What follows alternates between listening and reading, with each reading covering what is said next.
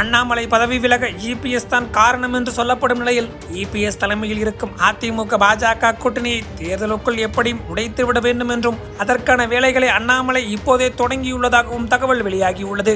அண்மையில் சென்னை வந்த மத்திய அமைச்சர் அமித்ஷா அதிமுக பாஜக கூட்டணியை அறிவித்தார். அப்போது பேசிய அவர், இந்த கூட்டணிக்கு தமிழ்நாட்டில் இபிஎஸ் தான் தலைமை தாங்குவார் என்றும் 2026 தமிழ்நாட்டில் தேசிய ஜனநாயக கூட்டணி ஆட்சிதான் அமையும் என்றும் சொன்னார். மறுபுறம் கூட்டணி ஆட்சி அமையும் என்று யாரும் கூறவில்லை. டெல்லிக்கு மோடி என்றும் தமிழகத்துக்கு எடப்பாடி பழனிசாமி என்றும் தான் அமித்ஷா கூறியிருந்தார். அதிமுக பாஜக கூட்டணி ஆட்சியை அமைக்கும் என்றுதான் தெரிவிக்கப்பட்டது.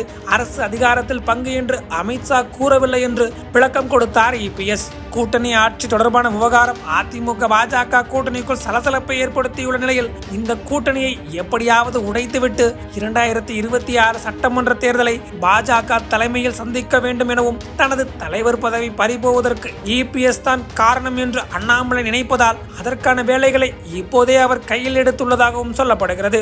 ஏற்கனவே கடந்த சட்டமன்ற தேர்தலின் போது அதிமுக கூட்டணியில் இருந்த பாஜக 20 தொகுதிகளில் தான் போட்டியிட்டது. ஆனால் இந்த முறை 100 தொகுதிகளை அதிமுகவுடன் கேட்க வேண்டும் என்று பாஜக மேலிடத்திடம் அண்ணாமலை சொன்னதாக தகவல் வெளியானது. அதேபோல் ஆட்சியிலும் பங்கு வேண்டும் என்பதில் அண்ணாமலை உறுதியாக இருப்பதாகவும் சொல்லப்படுகிறது. இதனிடையே தான் தலைவராக பொறுப்பேற்ற பின் பாஜக எல்லா பகுதிகளிலும் நல்ல வளர்ச்சி பெற்றது. முன்பு இருந்த பாஜக இப்போது இல்லை என்று அண்ணாமலை டெல்லிக்கு தகவல் சொன்னதாக சொல்கின்றனர் விவரம் அறிந்தவர்கள். அதேபோல் அதிமுகவில் இருந்து நீக்கப்பட்ட ஓபிஎஸ், டிடிவி தினகரன் ஆகியோரை எல்லாம் மீண்டும் அதிமுகவில் இணைக்க இபிஎஸ் எக்காரணத்தை கொண்டும் சம்மதம் தெரிவிக்க மாட்டார். இதனால் இபிஎஸ்ஐ ஒரு வழி செய்துவிட வேண்டும் என்றும் அண்ணாமலை தனக்கு நெருக்கமானவர்களிடம் சொன்னதாகவும் நடப்பதையெல்லாம் தனக்கு சாதகமாக மாற்ற வேண்டும் என்றும் அண்ணாமலை பக்கா ஸ்கெட்ச் போட்டுள்ளதாகவும் கூறப்படுகிறது.